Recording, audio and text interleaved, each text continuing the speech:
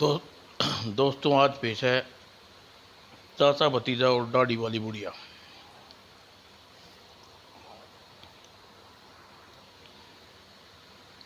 चाचा भतीजा एक दिन सोकर उठे। चाचा जी, आप कुछ देर तक सोते रहे। आप बहुत देर तक सोते रहे। बेटा, रात को देर से सोते से यही होता है। तभी चाचा जी, हमारे कमरे में नाचने वाली गुड़िया। चाचा भतीजा को मेरा प्रणाम। अरे, यह तो बोलती भी है। मेरे मालिक जादूगर महाकाल ने मुझे भतीजे को लाने के लिए भेजा है। भतीजे को लेने के लिए नहीं, यह नहीं हो सकता। भतीजा शुभ नक्षत्रों में पैदा हुआ है। जादूगर महाकाल अमर होने के लिए महायज्ञ कर रहा है। यज्ञ तभी होगा जब भतीजे के हाथों से हवन कुंड में सामग्री छोड़ेगा। जाओ, महाकाल से कहो कि भतीजा नहीं आ सकता। मैं जो काम अपने हाथ में लेती हूँ उसे पूरा करके छोड़ती हूँ।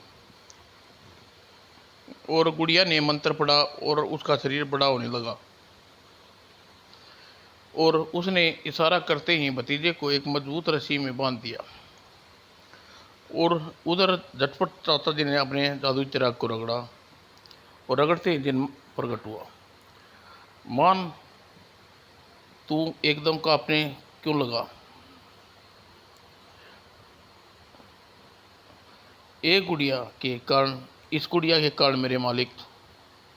जी हाँ, मेरी असीम शक्तियाँ जिन मामू को मसल कर रख देंगी। और दूसरे ही क्षण गुड़िया ऐसाए चाचा की नज़रों से भतीजे को ले चली। गुड़िया के जाने के बाद चाचा गहरी सोच में पड़ गया। चाचा जी, क्या सोच रहे हो? मैं सोच रहा हूँ भतीजे को छुड़ाऊँ कैसे जाए। सुंदरवन में एक दाढ़ी वाली बुढ़िया जादूगरनी है। यदि उसके वश में कर लो तो वह एक ऐसी है जो महाकाल से टक्कर ले सकती है और भतीजे को मुक्त करा सकती है। तो चलो चलो सुंदरवन। और जिन चाचा को सुंदरवन की ओर ले उड़ा। और उधर जादूगर महाकाल हवन की लकड़ियाँ की तैयारी है। बलि के लिए भैंसे और बकरा भी बंधा है। अभी तो गुड़िया नहीं आई। मैं आ गई मेरे मालिक। यह रहा भतीजा। गुड़िया, भतीजे को पानु नदी से स्नान कर लाओ, तभी यह हवन के योग्य होगा। और गुड़िया भतीजे को पानु नदी में स्नान कराने के लिए पानु नदी की तरफ उड़ चली। और पानु नदी पर, भतीजे तुम यहीं बैठना, मैं अभी आती हूँ। और पानु नदी में जेबरा राक्षस ने भतीजे को देखा। शिकार की गंध बंधा हुआ है। बड़ी भूख लगी है, कुछ आज ज़्यादा ही लगी है। और जेबरा राक्षस भतीजे की तरफ जो ही बड़ा, गुड़िया प्रकट हुई। मक्कार बंधे हुए बालक पर झपटता है। यह मेरे इलाके में है, इसलिए मेरा शिकार मेरा हक है। मैं इसे स्नान कराने लाई हूँ। अगर तूने रुकावट डाली तो मैं तुझे जिंदा नहीं छोड़ूंगी। मुझसे टक्कर लेगी, ये ले। और गुड़िया ने ऊपर हाथ उठाया और मंत्र पढ़ा। आसमान से पानी की मोटी धार आकर उसकी आग बुझा दी। गुड़िया, शैतान गुड़िया, अब तू बच नहीं सकती। इस पहाड़ के नीचे दबाकर तुझे मार डालूंगा। और गुड़िया ने फिर हवा में हाथ उठाया। तेजी से किरणें निकली और उस क्षण भर में पहाड़ के टुकड़े हो गई। और गुड़िया ने हाथ उठाया। शैतान, शक्ति दानव को भेज दो। और शक्ति दानव, क्या हुक्म है मेरी मालकिन? इस जेबरा राक्षस को सबक सिखाओ। और दोनों में घमासान युद्ध हो गया। और गुड़िया ने भतीजे को नहलाया। काफ़ी हो गया, अब बाहर निकलो। मालकिन, मैंने जेबरा राक्षस को मार दिया। सब तुम जा सकते हो। और गुड़िया भतीजे को वापस महाकाल के जादूगर के पास ले चली। यह गुड़िया तो हवा से भी तेज उड़ती है। और महाकाल भतीजे को बंधन खोल दिए। भतीजे, हवन कुंड में आग लगाओ। हरगिज नहीं, मेरे मालिक यह नहीं मानेगा। इसके चाचा ने यहाँ लाकर यातनाएं दी जाए तो इसकी बालक की होश ठिकाने लाएंगे। ठीक है, मैं अभी पता लगाता हूँ इसका चाचा कहाँ है। ए जादू गोला कार बता इसका चाचा कहाँ है। और चाचा का चित्र नजर आया। तो दोनों सुंदरवन नजर आ रहे हैं। ए गुड़िया, चाचा का जन्म जिन सुंदरवन की तरफ जा रहे हैं, दोनों को पकड़कर मेरे पास लाओ। और इधर जिन चाचा सुंदरवन की ओर बढ़ रहा था। चाचा जी, मेरी दिमाग की शक्ति बता रही है गुड़िया हमारा पीछा कर रही है, फिर भी हमें सुंदरवन में जल्दी से जल्दी पहुंचना चाहिए। एक तरकीब सूझी है। और जिन ने हाथ उठाया और उसमें एक अंडा निकल गया और अंडा में दरवाज़ा बन गया। मालिक, आप इस अंडे के अंदर जाओ। ठीक है। और फिर मामू जिन ने अपनी पूरी शक्ति से अंडे को सुंदरवन की ओर फेंका और अंडा सुंदरवन की मुलायम घास में गिरा। ओह, दरवाज़ा तो खुल नहीं रहा, अब मैं अंदर बंद रहूँगा। और उधर शैतान गुड़िया उड़ती हुई जिन के पास पहुंची। चाचा कहाँ है? वह तो सुंदरवन है, ठहरो अभी तुम्हें ठिकाने लगाती हूँ। और गुड़िया ने शक्ति जब दानव को बुलाया, तुम मामू जिन को संभालो। और शक्ति दानव ने मुंह खोला और रस्सी बाहर निकली और शक्ति दानव की रस्सी मामू जिन को जकड़ लिया और उसे लेकर एक तरफ चल पड़ी। अरे, मैं उस चाचा की खबर लूँ। जहाँ अंडा गिरा था वहाँ एक मानव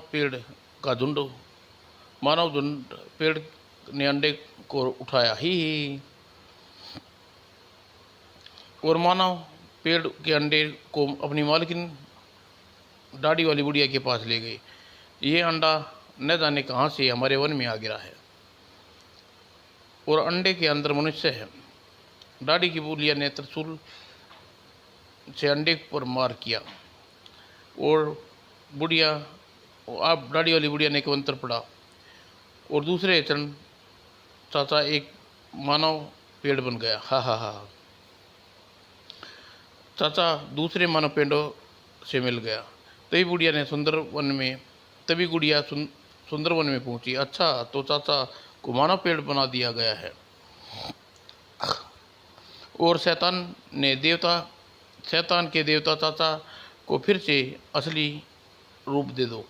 और पलक झपकते ही चाचा को असली रूप में आ गया। उडाड़ी वाली बुढ़िया ने यह देखा तो गुस्से में पागल हो गई। किस गुस्ताख ने मेरे काम में रुकावट डालने की हिम्मत की है? मैं जादूगरनी महाकाल की दास गुड़िया। और शैतान गुड़िया, मैं तुझे अभी मजा चखाती हूँ। बुढ़िया, तू मेरे पास नहीं आ सकती। देख अब अपने चारों तरफ। बुढ़िया ने चारों तरफ घेरा था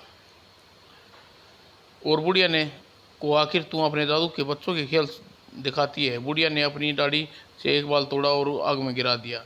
और अब कहाँ गई तुम्हारी आग? और गुड़िया आसमान में। शैतानों के देता, मुझे तलवार दो।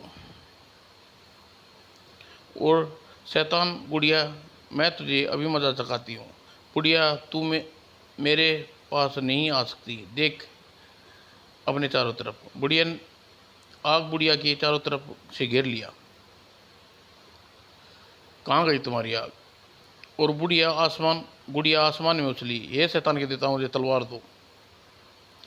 और आकाश में एक तलवार प्रकट हुई और वह गुड़िया के हाथ में आ गई। बुढ़िया त्रिशूल से लिए झपटी, गुड़िया पर झपटी और दोनों में घमासान लड़ाई हुई। तभी तलवार एक जोरदार वार से बुढ़िया त्रिशूल टूट गया। बुढ़िया ने अपनी दाढ़ी का बाल तोड़ा और एक भारी भरकम दानव प्रकट हुआ। मैं इस गुड़िया से छुटकारा पाना चाहती हूँ, अभी लो। और दानव गुड़िया को अब उठाया और मुंह में हवाले कर दिया।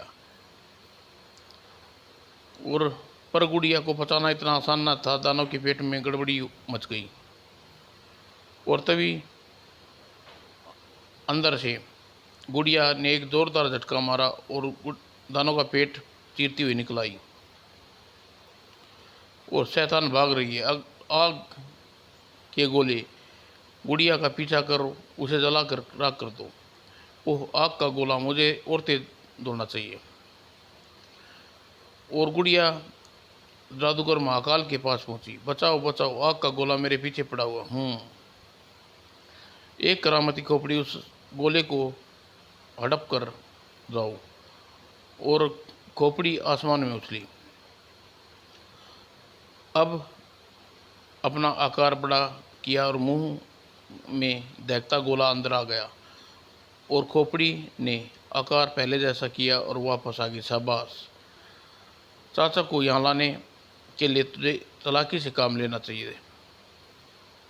और महाकाल ने हड्डी को भतीजे के चारों ओर घुमाया। भूल जाओ तुम अपना सारा अतीत, जाओ मेरे कहे अनुसार चलो। भतीजे को इस तरह दिमाग बदल कर हम उससे यज्ञ भी करवा सकते हैं। नहीं नादान गुड़िया, छल से कपट नहीं चलता। भतीजे को सुंदरवन में ले जाओ और चाचा को लाओ। मेरा उद्देश्य प्रेत गुड़िया तुम्हारी मदद करेंगे। और अदृश्य प्रेत भतीजे को सुंदरवन की ओर ले चला। और अदृश्य प्रेत भतीजे को सुंदरवन में उतार दिया। ये तलवार तुम्हारे काम आएगी। और तभी लगता है महाकाल अमर बनने के लिए कोशिश कर रहा है। मैं भी अमर बनने का यत्न क्यों नहीं करूं? पर यज्ञ करने के लिए मुझे एक बालक भी तो चाहिए। तभी मालिक ने एक बालक तो अभी वन में उतरा है। सच, तब तो बन गया काम। और बुढ़िया ने मंत्र पढ़ा, गायब हो गई। और वह एकदम भतीजे के सामने प्रकट हुई। वाह, कितना सुंदर बालक और भोला है। बुढ़िया, मेरा चाचा कहाँ है? ओह, वह, यह तो तुम महाकाल के जादू बोल रहा है। पहले जादू का असर उतारना है। और बुढ़िया ने अपनी दाढ़ी का एक बाल निकाला और भतीजे पर फेंक दिया और महाकाल का जादू का असर खत्म हो गया। इससे एक साथ ही भतीजा का आकार भी छोटा हो गया। हा, अब तू मेरे पास रहेगा। उधर शक्ति दानव चिराग एक जगह पर ले गया, जहाँ उसे बैठकर उस निगरानी रखने लगा। और तभी मोनू जिन ने अपने देश की पवित्र सिंहासन को याद किया। ये पवित्र सिंहासन, मेरी मदद करो, जादुई रस्सी से बंधा हुआ हूँ। वो दूसरे क्षण आकाश से एक लोहे का सिंहासन प्रकट हुआ। ओह, मेरे बंधन खुल गए।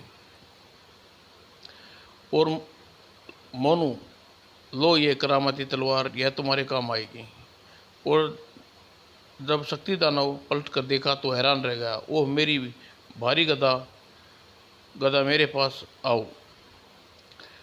और फिर वह मोनू को मारने दौड़ा। और शक्ति दानव ने मोनू जिन में घमासान लड़ाई हुई।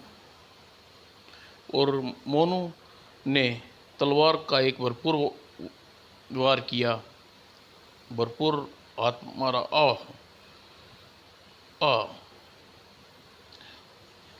अब मुझे सुंदरवन में जाकर आका की खबर लेनी चाहिए। और जिन सुंदरवन की ओर उड़ चला। और सुंदरवन के बाहर गुड़िया ने जिन को आते देखा। ओह, यह तो छूट गया, यहाँ आ रहा है। अग्नि बाण जिन का जलाकर राख कर दो। और आसमान से एक अग्नि बाण आया और जिन की तरफ बढ़ा। हा। तभी गुड़िया ने महाकाल को याद किया। मेरे मालिक मोनू,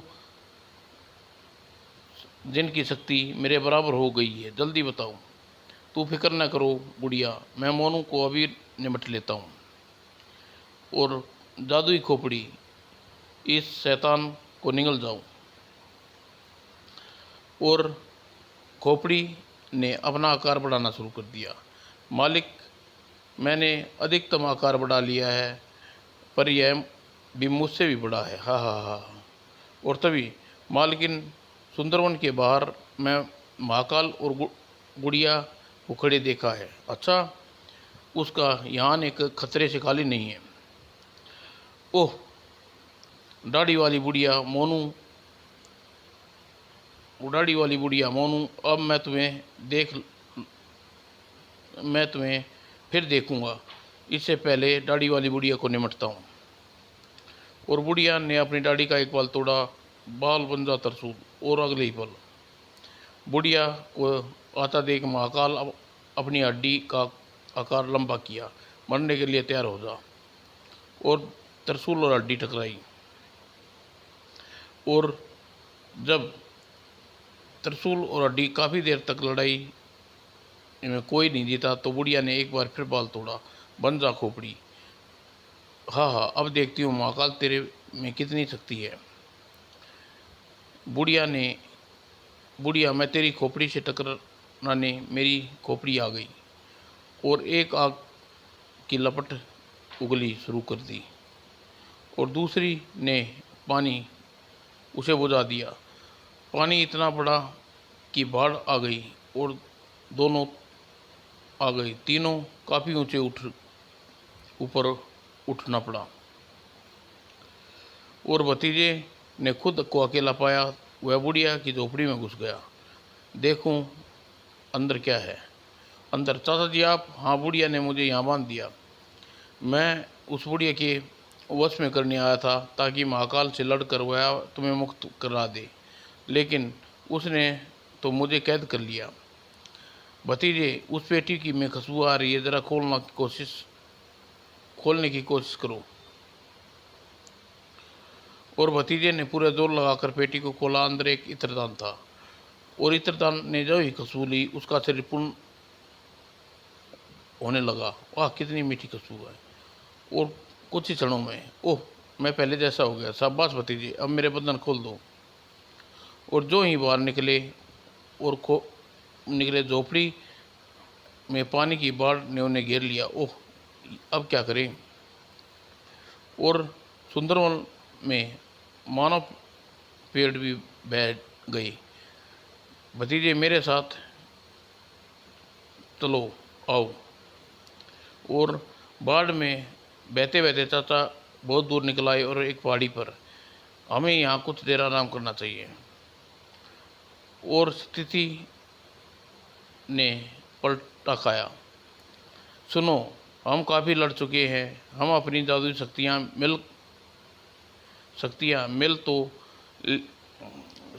मिला लें तो तीनों लोगों पर जीत सकते हैं। तुम्हारा सुझाव मुझे पसंद आया महाकाल। सुलह, मुझे प्यास लगी है। यह पानी, बाढ़ का पानी मेरे लिए काफ़ी होगा। बुढ़िया ने बाढ़ का पानी गटकना शुरू कर दिया। आह, बड़ा मीठा और शीतल जल था। वाह, वह तो ठीक है। अब हमें यज्ञ की तैयारी शुरू कर देनी चाहिए। यस, यज्ञ नहीं, महायज्ञ। जब तीनों लोगों की देवी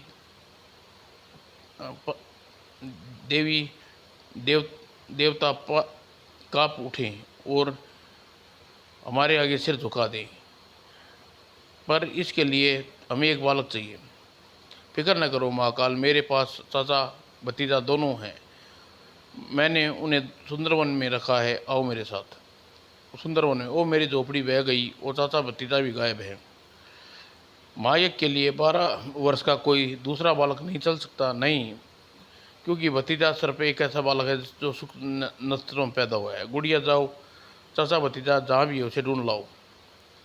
और बाढ़ का पानी उतर गया। अब मुझे चिराग निकाल कर घिसता हूँ, चिराग जिन कोई समाचार देगा। और चाचा ने चिराग घिसा और जिन प्रकट हुआ। मालिक बचो। गुड़िया, शैतान गुड़िया आप दोनों को पकड़ने के लिए आ रही है। मेरे पास पवित्र सिंहासन की तलवार भी नहीं है जो मैं अपनी रक्षा कर सकूं। दाढ़ी वाली बूढ़ी और महाकाल ने महायज्ञ करने की या तीनों लोगों पर अधिकार करने की योजना बनाई है। इस षड्यंत्र को रोकना चाहिए। उन दोनों की शक्तियाँ असीम हैं, उन्हें रोकना ऋषि भारत के पास जाना होगा। तो हमें उसी के पास ले चलो।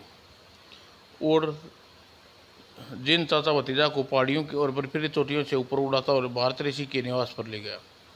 और ऋषि भारत, ऋषि और प्रणाम। मैं समझ गया तुम जिस कार्य का बीड़ा तुमने उठाया है सचमुच सराहनीय है। अगर उन जैसे शैतानों को तीनों लोगों पर आसन शासन किया तो चारों तरफ त्राही त्राही मच जाएगी। इस मुसीबत को कैसे रोकना है भगवान? भतीजा यह काम बखूबी कर सकता है। और इस किताब में एक श्लोक है जो पाताल लोक के नाग देवता को यदि यह श्लोक सुनाया जाए तो वह शैतानों को उन शैतानों को रोका जा सकता है। और भतीजे ने किताब ली और जिन के साथ पाताल लोक की तरफ चल दिया। तभी उसे ढूंढती हुई गुड़िया की नज़र उस पर पड़ी। मुझे उसे दर्द दबोचना चाहिए। और मालिक पाताल लोक जाने के लिए समुद्र आ गया है, अब इससे आगे नहीं जा सकता। और चाचा समुद्र में कूद पड़े। और पाताल लोक में पहुंचकर भतीजे ने नागलोक के सामने किताब खोलकर श्लोक पढ़ने की में देर न लगाई। और पीछा करती हुई गुड़िया समुद्र में कूद गई पड़ी। ओह, पानी के अंदर मेरी रफ्तार कम हो गई है। और उधर भतीजा लगातार श्लोक पढ़ा जा रहा था। तभी नाग देवता ने अपना गुस्से में पुकार कर भारी परिवर्तन किया और भतीजे ने एक श्लोक खत्म कर दिया। शैतान लड़के, तू वहाँ से भाग कर आया है, ठहर, मैं अभी मजा चकाती हूँ, हरिओम। और तभी नाग देवता ने आती हुई गुड़िया को गलप लिया। आ बचाओ। और नाग देवता गुड़िया को गटक गया। भतीजे, तुम्हारे इस दृढ़ संकल्प ने मुझे बहुत खुश किया है। ये लो नागमणि, तुम देता हूँ। इतनी बड़ी मणि, यह विश्व की सबसे बड़ी मणि है। इसकी शक्ति असीम है। जाओ, यह नागमणि तुम्हारी मदद करेगी। और चाचा भतीजे वापस चल पड़े। चाचा जी, हम धरती पर आ गए। नागमणि की किरणें ने हमें इतनी शक्ति दी है कि हम उड़ सकते हैं। उड़ाड़ी वाली बुढ़िया महाकाल यक्ष यज्ञ की तैयारी करने रही थी। कम वक्त गुड़िया अभी तक क्यों नहीं आई?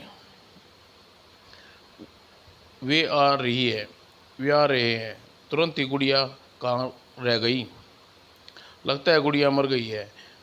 उसके साथ में नाग देवता की मणि है। मैं देख रहा हूँ वे महायज्ञ के लिए नहीं, हमें मारने के लिए आ रहे हैं। इससे पहले मैं अपने करामाती त्रिशूल से उसे ख़त्म कर दूंगी। और बुढ़िया ने त्रिशूल फेंक कर त्रिशूल मारा। नागमणि की किरण त्रिशूल से किरण निकली और वो मेरा त्रिशूल टूट गया। कोई बात नहीं, करामाती बुढ़िया ने दाढ़ी मेरे विरोध को जला दो। और फिर वे किरण चमकी। अरे, मेरी दाढ़ी में आग लग गई और दाढ़ी में आग फैल गई। ये जादुई खोपड़ी उन दोनों को निगल जा और अपनी भूख मिटा। नागमणि, जाओ। और अगले टक्कर मारी। हे बलशाली खोपड़ी, चूर चूर हो गई। जादुई खोपड़ी, तू हमेशा मेरी आन रखी है, मेरी हड्डी आन रखी है। मेरी विरोधियों को मार डालो। और जादुई हड्डी अपना आकार विशाल किया। तभी नागमणि से एक तीखी किरणें निकली। अब तुम मेरी जादुई ताकतें तोड़ डाली, अब मैं तुझे नहीं छोड़ूंगा। भतीजे, अब तुम पीछे हट जाओ, इसको मुझे संभालने दो। वो धड़ाक। कहते हैं महाकाल, कहने को तो महाकाल था, पर एक घुसी का दम तो तोड़ दिया। तभी चाचा जी, वो नागमणि हाथ से छूट कर जा रही है। चाचा जी देखो समुद्र के अंदर चली गई, भतीजे जाने दो, उसका काम खत्म हो गया, पता लोग वापस नाग देवता के पास जा रही है। और चाचा जी मुझे बड़ी देर से भूख लगी है, आओ घर चले, चलो।